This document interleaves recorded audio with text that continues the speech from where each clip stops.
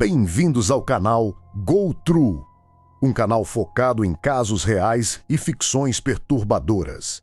Então vamos começar. Imagine a cena: União Soviética, início dos anos 1980. O governo vive sob uma regra de ferro e uma propaganda irredutível.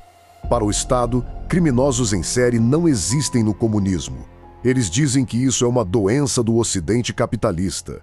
Mas, nas sombras das florestas e nas estações de trem da região de Rostov, dezenas de mulheres e crianças estão desaparecendo sem deixar rastro. A polícia secreta e os investigadores estão desesperados, correndo em círculos. Eles estão caçando um monstro, mas estão procurando no lugar errado. Hoje, nós vamos dissecar a mente de um dos seres mais desprezíveis que já caminhou sobre a Terra, Andrei Chikatilo, conhecido como Açougueiro de Rostov. Mas mais do que falar das atrocidades dele, nós vamos entender como a polícia precisou quebrar todas as regras e usar a psicologia comportamental para finalmente capturar um homem que se escondia à vista de todos. Para entender como Chikatilo conseguiu fazer pelo menos 52 vítimas ao longo de 12 anos sem ser pego, precisamos olhar para quem ele era no dia a dia. Se você o visse na rua, jamais atravessaria a calçada. Ele não parecia um predador ameaçador.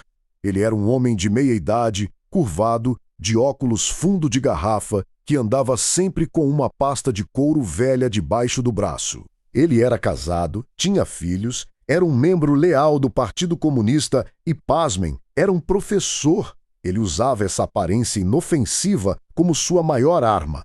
A técnica dele era a manipulação pura e simples.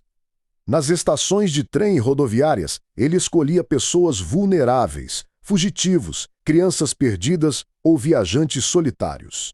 Ele não usava a força para capturá-las. Ele usava a lábia.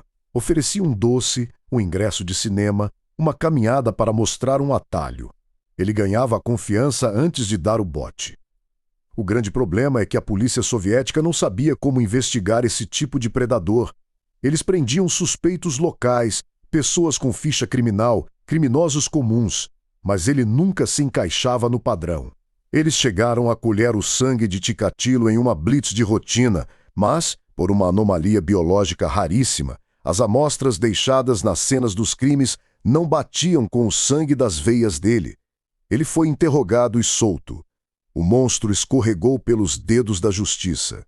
Foi aí que a investigação deu uma guinada digna de filme. Como os métodos tradicionais falharam, o detetive-chefe Viktor Burakov tomou uma decisão arriscada. Ele chamou um psiquiatra, o Dr. Alexandre Bukhanovsky, para fazer algo que nunca tinha sido feito na União Soviética. Ele pediu para o médico criar um perfil psicológico e comportamental do culpado sem nunca ter visto o rosto dele.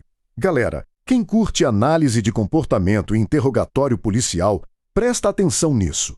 O Dr. Bukhanovsky analisou os locais e traçou um perfil assustadoramente preciso. Ele disse à polícia: "Vocês não estão procurando um criminoso comum. Vocês estão procurando um cidadão acima de qualquer suspeita, um homem casado, com impotência severa, que sofre de sentimentos crônicos de inadequação e que só consegue se sentir poderoso através da violência extrema. Ele não comete esses atos por dinheiro. Ele age por pura necessidade psicológica." O médico mapeou não só quem ele era, mas como ele se comportava, como ele andava e até as microexpressões que ele faria ao ser confrontado. Esse documento de mais de 60 páginas, conhecido como O Perfil, foi a verdadeira arma que derrubou Chikatilo.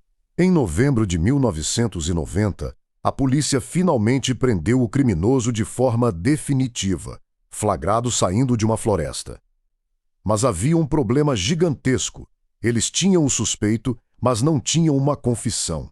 E o prazo legal para mantê-lo preso estava acabando. Durante dias de interrogatório, Chikatilo não abriu a boca. Ele usou a velha tática do homem patético e injustiçado. Ele olhava para o chão, resmungava sobre ser um cidadão de bem e não demonstrava nenhuma emoção. Os investigadores tradicionais não conseguiam furar o bloqueio dele. Foi então que eles colocaram o Dr. Bukhanovsky, o psiquiatra que fez o perfil, na sala de interrogatório. E o que aconteceu ali é uma aula magistral de psicologia investigativa. O médico não gritou, não ameaçou e não bateu na mesa. Ele simplesmente sentou de frente para Chikatilo, abriu sua pasta e começou a ler o perfil em voz alta. Ele começou a narrar em detalhes como foi a infância miserável do predador, como ele se sentia um fracasso, sua impotência, seus medos mais profundos e o que se passava na cabeça dele no momento de cada ataque. Enquanto ouvia a própria mente sendo dissecada, as microexpressões de Chikatilo começaram a mudar. A fachada de bom cidadão começou a derreter. Ele começou a chorar. O predador frio e calculista percebeu que, pela primeira vez na vida, alguém o compreendia perfeitamente em toda a sua escuridão. Chikatilo olhou para o médico e finalmente cedeu. O interrogatório terminou com ele confessando autoria em 56 casos irreparáveis. O julgamento de Andrei Chikatilo foi um verdadeiro caos. Para protegê-lo da fúria das famílias que estavam no tribunal, ele foi colocado dentro de uma jaula de ferro no meio da sala. Lá dentro, ele percebeu que não tinha mais saída e tentou fingir insanidade. Ele gritava, tirava as roupas, revirava os olhos, fazendo um teatro bizarro. Mas os exames psiquiátricos foram claros. Ele sabia exatamente o que estava fazendo todas as vezes que puxou alguém para a floresta.